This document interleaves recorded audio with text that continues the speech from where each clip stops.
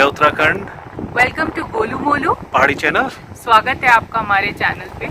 तो जैसे कि आप जानते हैं कि हमारा चैनल का नाम ही है पहाड़ी चैनल, और हम ज़्यादातर कोशिश करते हैं कि आपको सारी जो भी पहाड़ी सभ्यता है, कल्चर है, घूमने की जगहें हैं, सब कुछ आपको दिखा पाएँ। तो आज इसी तरीके से कुछ एक अलग वीडियो लेकर आए हैं आपके सामने। होप कि आपको पसंद भी आएगी। तो उसके बारे में थोड़ा सा जो भी है डिटेल या ब्रीफिंग है वो आपको ये बताएंगे। यहाँ पे एक मांगलिक कार्य में जो पहना जाता है ऊपर से ओढ़नी टाइप का वस्त्र, उसके बारे में हम लोग डिस्कस करेंगे, जिसका हम लोग कहते हैं यहाँ कुमाऊनी ट्रेडिशन में रंगाली पिछौड़। उसके बारे में आपको कुछ बताते हैं और उसकी कुछ हिस्ट्री जो होगी वो आपके साथ शेयर करते हैं। तब तक बने रहें और चैनल को सब्सक्राइब करना ना भूलें। और मौसम बहुत अच्छा हो रहा है। हम लोग आए हैं पदमपुरी। पदमपुरी में ये जगह थोड़ी स्पेशल है हम लोगों की, क्योंकि कुछ मोमेंट्स हैं जो हम लोगों ने थोड़े से शेयर किए थे 6 जून को, क्योंकि मेरा बर्थडे होता है उस दिन। तो इन्होंने सारा सरप्राइज प्लान किया था। काट रहे हैं। Yes yes yes, happy birthday Molu, happy birthday Molu. Yes, ये हम लोग आज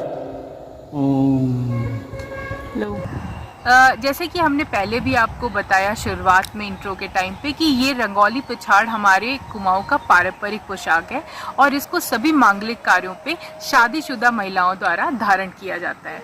हर शादी, हर ब्याह इसके बिना अधूरी है, और ये श्रृंगार का एक बहुत महत्वपूर्ण हिस्सा है।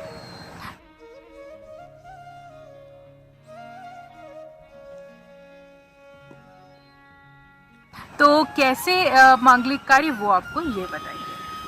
हर तरह के मांगलिक कार्य, जिसमें आपका शादी तो प्रमुखता है ही है, साथ में अगर कोई नया घर बना है, उसमें गृह प्रवेश है, जनेऊ संस्कार हैं, और जितने भी शुभ कार्य होते हैं उस सब में ये पहना जाता है। और सब जितनी भी विवाहित महिलाएं हैं उनके द्वारा ही ये पहना जाता है।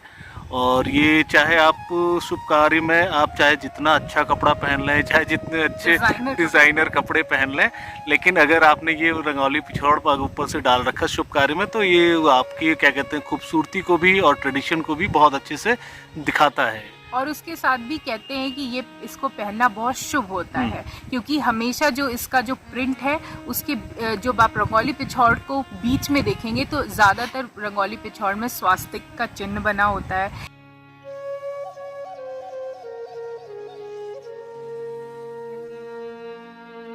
या देवी देवताओं की प्रतिमाएं भी बनाई जाती हैं। इसलिए इसको मांगलिक कार्यों पे पहना जाता है, और इसको पहनना बहुत शुभ होता है। और सौभाग्यवती हैं वो सारी महिलाएं जो इसको धारण करती हैं, उनका सुहाग इसी तरह बना रहे, यही कामना करते हैं।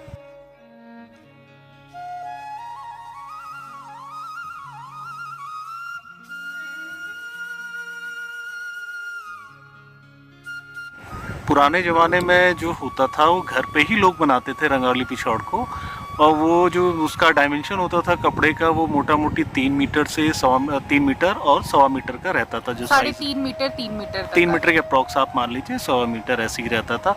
और वो वाइट कपड़ा रहता था, और उसको जो बेस रहता था येलो, उस बेस को येलो करने के लिए हल्दी में आपका किरमोड़ का होता है उसका रस मिला के तब उसको पीला रंग बनाया जाता था। और उसको पक्का करने के लिए, रंग को पक्का करने के लिए नींबू का प्रयोग होता था।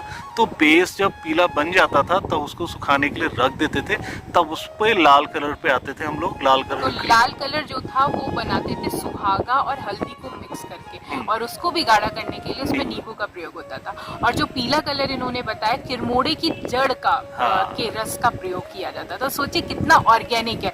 आजकल यही ऑर्गेनिक की बातें चलती हैं कि फैब्रिक जो पहनिए वो ऑर्गेनिक पहनिए, यानी कि बैम्बूस के आप देख रहे हैं आजकल के, जूट के, कॉटन, जी मैंने जूट का ही फैब्रिक पहन रखा है, तो कॉटन पहनिए। ये सब चीज़ें क्या थी कि आपके शरीर में एलर्जी नहीं पैदा करती थी, और बहुत ही ज़्यादा आप प्रकृति के पास महसूस करते थे। हल्दी वैसे ही आप जानते हैं, लाइफस्टाइल हल्दी ना, यहाँ पे हल्दी तो वैसे भी एंटीबायोटिक है, तो इन्फेक्शन, एलर्जी सबसे दूर रखती थी। तो कितना सब कुछ साइंटिफिक था पहले के ज़माने में, और आज धीरे धीरे हम मॉडर्न होते जा रहे हैं, पॉलिस्टर पहनने लगे, फिर स्किन डिजीजेज हो रही हैं, फिर ये डिजीजेज हो रही हैं, वो एलर्जी, वो एलर्जी। तो यहाँ पर देखने वाली और समझने वाली बात ये है कि खाने के साथ साथ यहाँ पहनने की चीज़ें भी कितनी स्वास्थ्यवर्धक है। चलिए आगे बताते हैं आपको।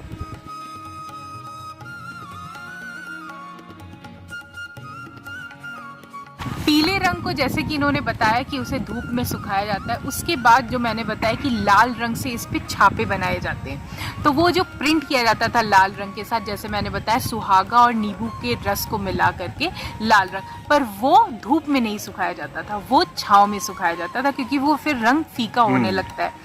उसको सूखने की प्रक्रिया 1 दिन 2 दिन जो भी लगती थी, उसको सूखने के बाद जब कंप्लीटली ड्राई हो जाता था, उसके बाद उसको नींबू के रस में पकाया जाता था। आप बात समझिए, नींबू का रस है विटामिन सी और एंटीऑक्सीडेंट। इसमें पकने के बाद जो वो फैब्रिक था वो खुद में ही इतना जो है स्वास्थ्यवर्धक कह लीजिए हो जाता था, और एलर्जी इन सब चीज़ों से औरतों को बचाता था।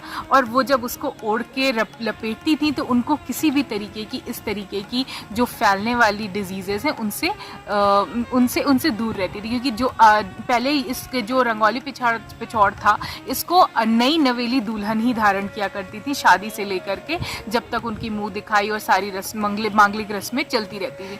तो उस बीच में क्या होता है कि दुल्हन को बहुत सारे लोग देखने आते हैं, बहुत सारे लोगों से उसका कांटेक्ट होता है। तो इस तरीके से उनको सब इन्फेक्शन से, और आजकल जो हम देख रहे हैं ये सब वायरसेस फैले हुए हैं, ये कांटेक्ट से ही फैलते हैं। तो एक तरीके की ये सोशल डिस्टेंसिंग मास्क है, आप ये कह सकते हैं इसको।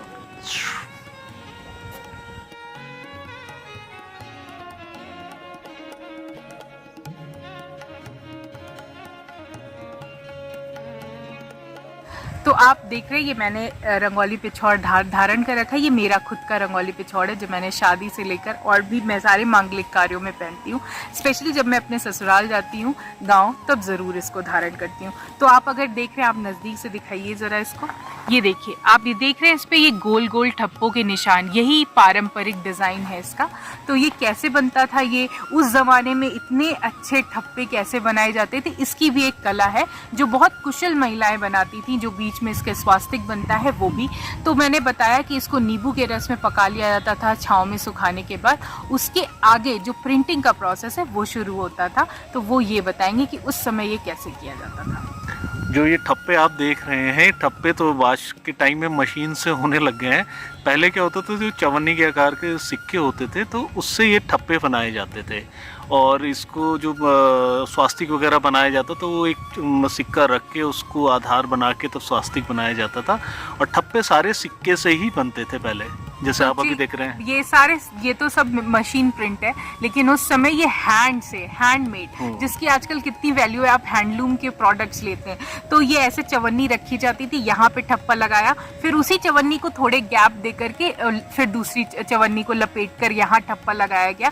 तो जिसको हम कहते हैं फैब्रिक पेंटिंग, जो आप देखते होंगे फैब्रिक की पेंटिंग, जो लोग बहुत अच्छी सी आर्ट बना लेते हैं फैब्रिक की, वो करते हैं। तो वो ऐसे जो कुशल महिलाएं जो इस आर्ट में एक्सपर्ट थी वही बनाती थी। और बीच में ये देखिए आप, बीच में इसी तरीके की डिज़ाइन बनाई जाती थी और हाथ से मोती और ये पूरा हैंडमेड ऐसा काम होता था उस समय, जब कोई सुख सुविधाएं नहीं थी, उस समय की बात हो रही है। तो ये सारी महिलाएं मिलकर के एक त्यौहार टाइप का मनाते थे, बैठ जाते थे सब एक साथ, और उसके बाद ये रंगोली पिछौड़ की तैयारियां शुरू हो जाती। अब तो कई वैरायटी आ गई इसमें। हाँ, इसमें कई वैरायटीज आ गई हैं, आप ले सकते हैं। झालर लगा दें, गोटा लगा दें, कुछ भी लगा दें, मतलब उसको जितना फैंसी कर सकते हैं वो कर सकते हैं। और उस हिसाब से रेंज भी बहुत अलग अलग है इस वजह से। हाँ, रेंज अलग अलग है।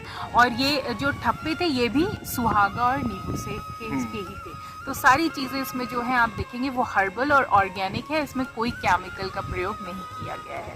और दूसरी बात ये भी बता दूं आपको कि फिर आती थी बात इसके बॉर्डर की। देख रहे हैं आप ये बॉर्डर, तो ये बॉर्डर उस समय ये बॉर्डर भी कपड़े का ही बनता था। अब तो ये रेडीमेड बॉर्डर्स आते हैं जिनको स्टिच कर दिया जाता है, तब ये कपड़ों का बनता था, फैब्रिक का बनता था। और उस फैब्रिक को धागे से टाका जाता था, पूरे किनारों को जोड़ती थी महिलाएं बैठ के।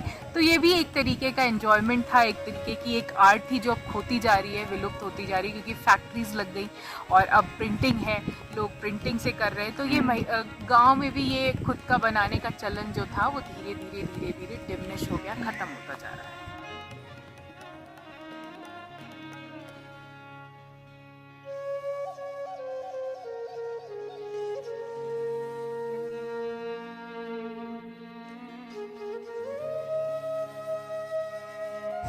ये जो रंगाली पिछौर जो पहले जो बनाया जाता था वो मांगलिक कार्य जैसे गणेश पूजा हुआ तो उस टाइम काफ़ी सारी औरतें मिलके इसको बनाने का काम शुरू करती थी ताकि शादी के टाइम तक का ये बन के तैयार हो जाए। और जब ये कई लोग मिलके बनाते थे तो ऐसा लगता था जैसे कोई फेस्टिवल ये लोग एंजॉय कर रहे हों और उस बनाते समय उस खुशी को वो उनकी कारीगरी पे दिखता था।